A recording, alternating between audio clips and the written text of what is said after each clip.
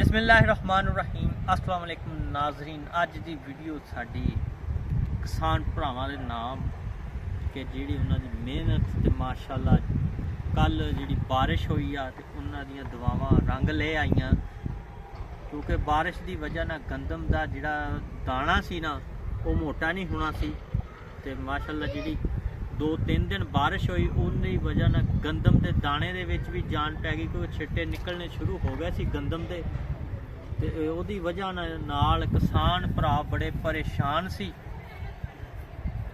ते असी दुआ करते हैं कि किसान भरा साडे हमेशा मुस्कराते रहन ते हसते रहन ते बसते रहन, क्योंकि ये खुश रहणगे तो साडा पाकिस्तान खुश रहूगा, खुशहाल रहूगा।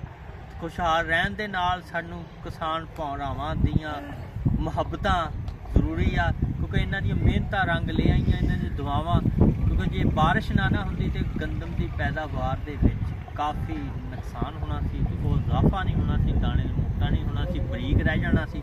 ते उन्हां दियां दुआवां ने एक बार फिर रंग लाया ते अल्लाह ताला ने उन्हां दियां दुआवां कबूल फरमाइयां। ते इस तरह ये हसदे रहन ते बसदे रहन, खुश रहन। तो माशाअल्लाह गंदम के खेत तुसी देख सकते हो किस तरह हरे हरे लहर आ रहे हैं।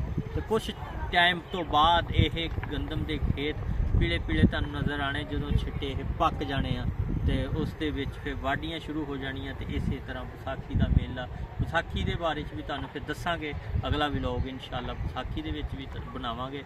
तो उहदे बारे भी दोस्तां नू दसांगे कि विसाखी का मेला जिहड़ा हुंदा मेला ते विसाखी किस तरह मनाई जाती है।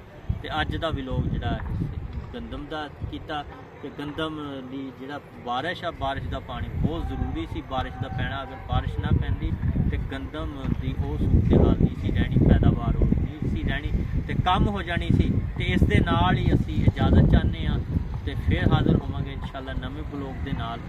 अल्लाह हाफिज़। पाकिस्तान जिंदाबाद।